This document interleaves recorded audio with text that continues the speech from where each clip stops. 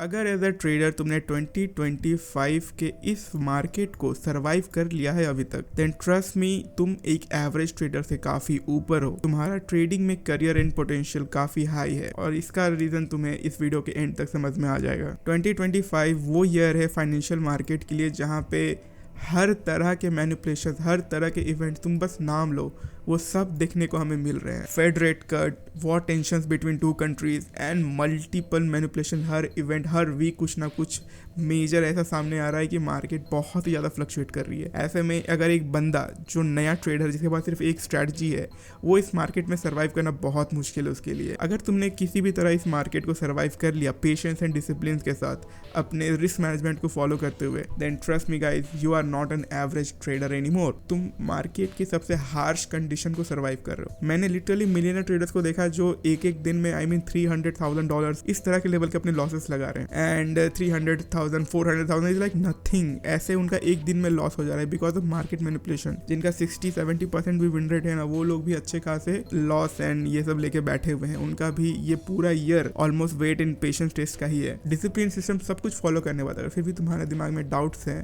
Then let me tell you कि वो doubts लाजमी है, बट वो तुम्हारी सच्चाई नहीं है। ये मार्केट ही इतना हार्श है कि अगर तुम इसमें सर्वाइव भी कर जा रहे हो ना, अपने कैपिटल 50% भी बचा ले रहे हो, देन आई विल से कि तुम्हारा बहुत ब्राइट फ्यूचर है ट्रेडिंग करियर में। ये मार्केट लिटरली तुम्हारे साइकोलॉजी की धज्जियां उड़ा रहा है। हर एक लेवल को रीटेस्ट करके एसएल काट के फिर जा रहा है। लिक्विडिटी स्वीप जैसे मैंने कहा हर वीक हो रही है, बहुत तगड़े लेवल पे हो रही है।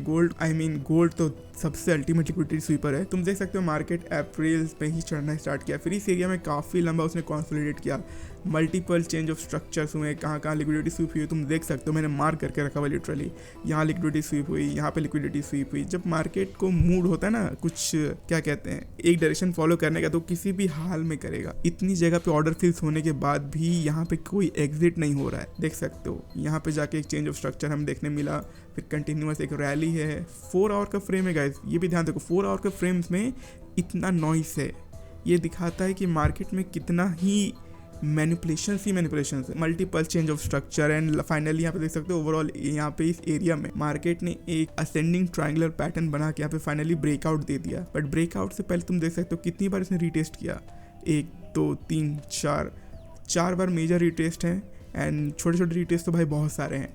सो ऐसे में देख सकते हो फिर जब इसने जंप मारा, इस बीच में तुम ट्रेड नहीं करो तो ही बढ़िया। तुम देख सकते हो यहाँ पे क्या हुआ, इतना चढ़ने के बाद ये गैप, फिर बूम। यहाँ देख सकते हो एक काफ़ी मेजर लेवल पे लिक्विडिटी स्वीप आई है। फिर ये मेरे कुछ पर्सनल एरिया जहाँ पे मैंने भी लॉसेस खाए हैं, प्लस मैंने भी इन एरियाज़ में काफ़ी अच्छे से प्रॉफिट्स भी किया हूँ। और अभी कुछ करेंटली ट्रेड्स मेरे चल ही रहे हैं, तुम देख सकते हो छोटे छोटे, बट मेजर लेवल्स के लिए ये सारे ट्रेड्स। अब तुम बोलोगे यार इतने लंबे एसएल टारगेट थोड़ी मिलते हैं, एक्चुअली मिलते हैं। और यही तरीका है ऐसे मार्केट्स में ट्रेड करने का।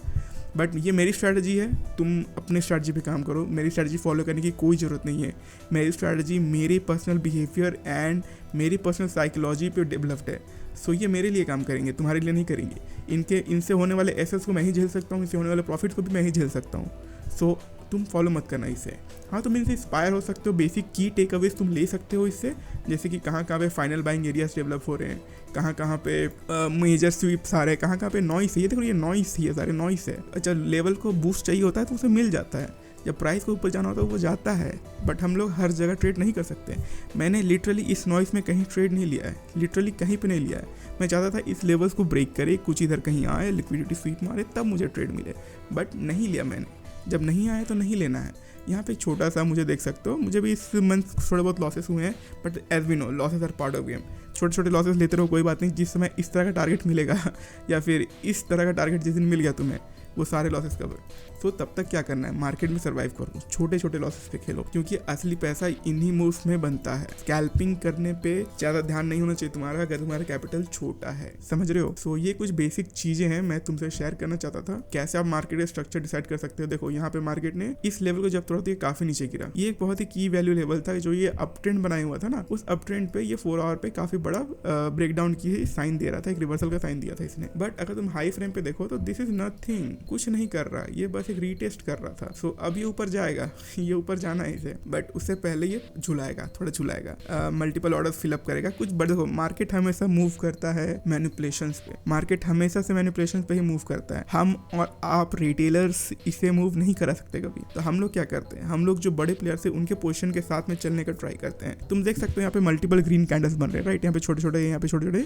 ये ऑर्डर्स एब्सॉर्ब होते हैं। ये जो भी बड़ा प्लेयर है जो इसने ये इतना बड़ा ब्रेकआउट दिया है, तुम्हें क्या लगता है वो यहाँ पे निकल जाएगा? नहीं निकलेगा। वो इसे यहाँ तक लेके जाएगा कम से कम, फिर ये और हाई पे जाने का ट्राई करेगा जब तक गोल्ड आई थिंक 5000 या फिर 480 4800 आसपास ना चला जाए। 4500 तो भाई मेजर उनका लेवल होगा कुछ ना कुछ के लिए। सो वही मेरा कहना है कि तुम इसे डे चार्ट पे देखो तो ये देखो क्या हो रहा है। जिस बंदे ने यहाँ पे अपना पोजीशन डाला होगा, जिस भी बड़े प्लेयर्स, याद रखना मैंने क्या कहा, हमेशा बड़े प्लेयर्स ही मार्केट्स को मूव कराते हैं, मैं और आप मूव नहीं करा सकते। तो जिस बंदे ने भी इस कैंडल पे बाइंग की है, तुम्हें लगता है वो निकल जाएगा इतनी छोटे से प्रॉफिट के साथ, या फिर यहीं पे निकल जाएगा? वो कम से कम यहाँ तक आएगा 4800 या 5000 के लेवल तक। सो ऐसे साइकोलॉजी पे तुम्हें खेलना पड़ेगा थोड़ा सा, अगर तुम्हें इस मार्केट को और बेटर से सर्वाइव करना है तो।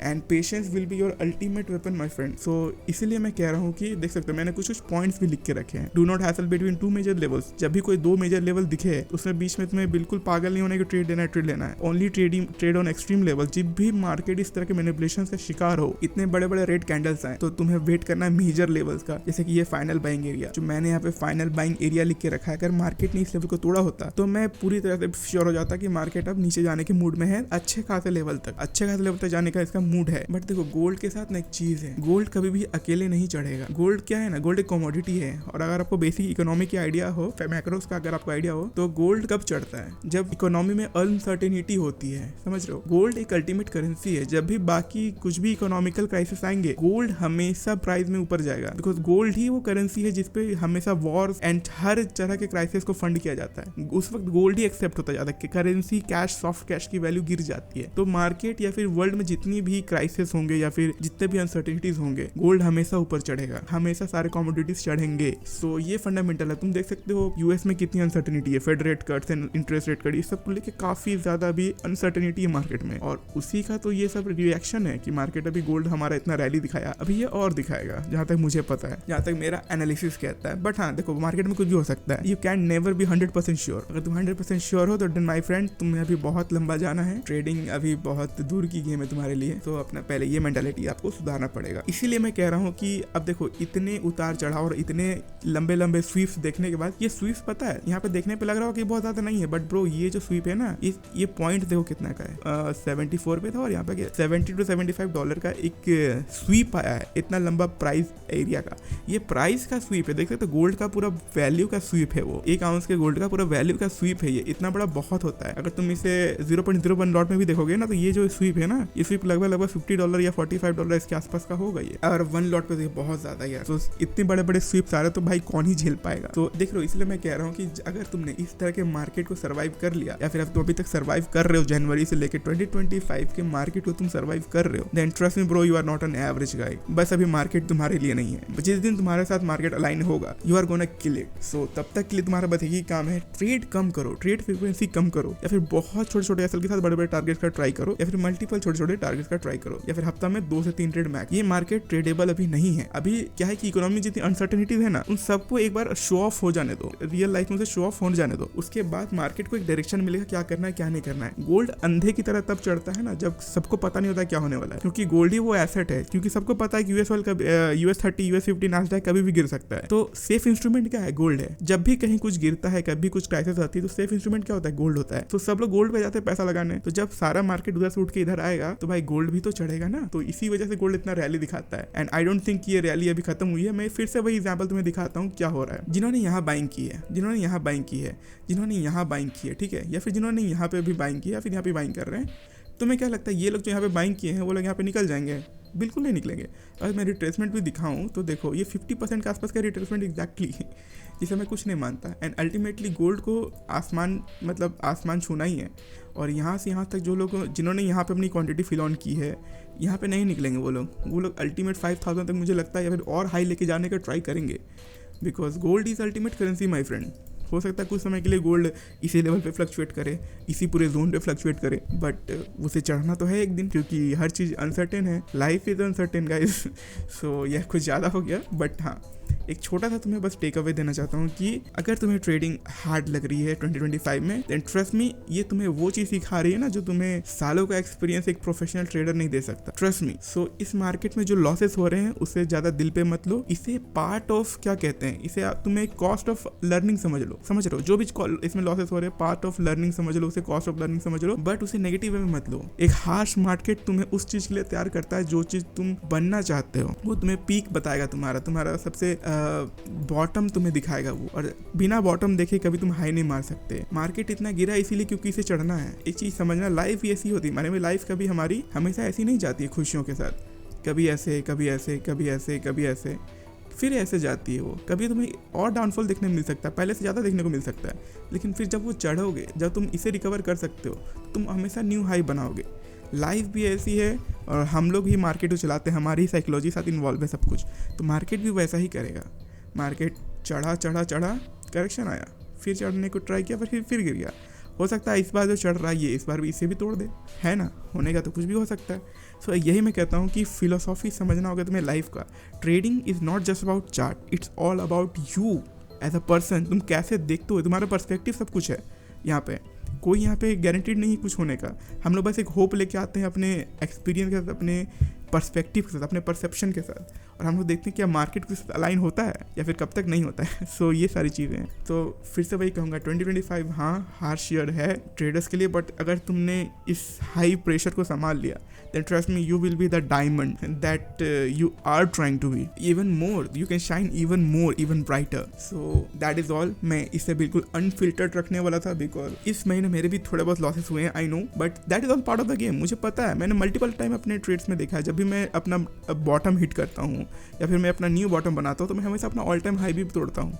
और 2025 में मैंने ये 3 बार किया है, और 3 बार करने के बाद मुझे खुद पे इतना कॉन्फिडेंस है कि मुझे पता है मैं $100 को 1000 भी बना सकता हूँ, मैं 1000 को 2000 भी बना सकता हूँ, और हाँ मैं उस 1000 से 200 पे भी आ सकता हूँ, but I can again make it back. So ये चीज कॉन्फिडेंस ना, ये जब तुम मल्टीपल बार अपने आप से देख सकते हो ना बॉटम हिट करके रिबाउंस बैक करने का, you are unbeatable after that, trust me. तुम्हारा वो फियर जो है ना वो खत्म हो जाता है, तुम उस फियर से अब डर नहीं रहे हो, you are just waiting for the next bottom.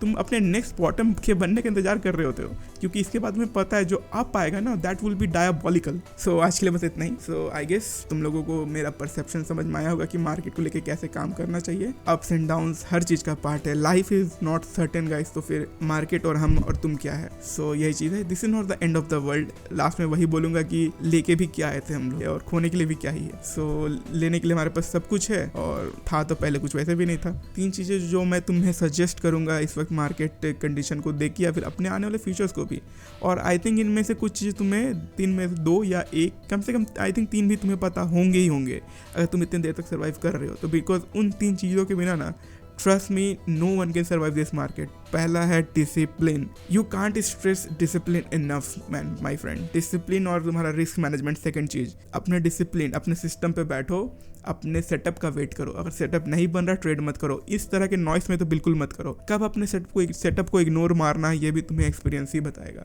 But तब तक के लिए तुम्हें डिसिप्लिन रहते हुए अपने सिस्टम को फॉलो करना है। एंड रिस्क मैनेजमेंट के बिना ट्रेड लेना इज लाइक 2-धारी तलवार चलाना, समझ रहे हो ना, जिसमें तुम्हारा कटना पक्का है। एंड थर्ड चीज है साइकोलॉजी, अपने साइकोलॉजी को हमेशा स्ट्रांग रखो। अगर तुम इन रेट्स को नहीं संभाल पाते ना, तो तुम इस तरह के रैली भी नहीं देख पाओगे कभी। साइकोलॉजी को हमेशा ऐसे रखो कि हमेशा तुम बाउंस बैक कर लोगे, डिल्यूजनल बन जाओ एकदम कि अगर ये नहीं वर्क कर रहा है तो चलो, कब तक नहीं वर्क करेगा, कभी ना कभी तो करेगा, इन दी एंड मैं ही जीतूंगा, अगर नहीं जीतूंगा तो तब तक मैं छोड़ूंगा ही नहीं, सीधी बात। So as long as you can't give up, how you are going to lose, it is that simple. I guess तुम्हें समझ में आ रहा हूँ मैं क्या कहना चाह रहा हूँ, एंड मैं इसे शॉर्ट ही रखूंगा। 3 चीजों पर बस फोकस करना, अपने डिसिप्लिन, अपने सिस्टम के साथ जो तुम्हारा स्ट्रेटजी है। सेकंड, अपना रिस्क मैनेजमेंट, कभी टॉलरेट मत करना, विदाउट रिस्क मैनेजमेंट कोई ट्रेड एग्जीक्यूट होना ही नहीं चाहिए। एंड थर्ड, अपनी साइकोलॉजी को हमेशा स्ट्रांग रखो। ये 3 चीजों से ज्यादा तुम्हें और कुछ नहीं चाहिए ट्रेडिंग में, इवन इन लाइफ। इन 3 चीजों से ज्यादा तुम्हें और कुछ चीज की कभी जरूरत ही नहीं है। लोग एक्स्ट्रा कुछ ढूंढने निकलते हैं, बट एक्स्ट्रा कुछ है नहीं यहाँ पे। वही 3 चीजें, वही फंडामेंटल है, बस जो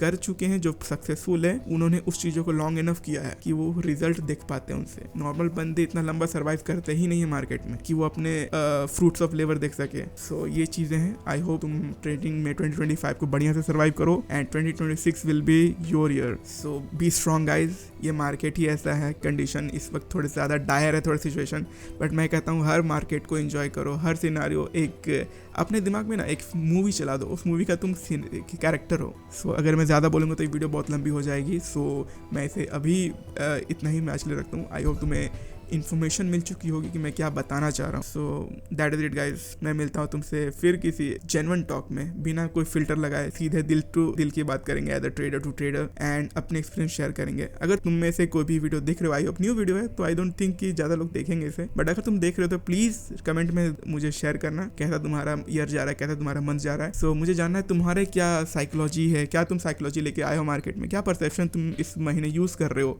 इस पूरे ईयर तुम्हारा कैसा परसेप्शन रहा मार्केट को लेके, सब कुछ मुझे शेयर करो। मुझे बड़ा मजा आएगा बात करने में। मिलता हूँ तुमसे फिर किसी और वीडियो में।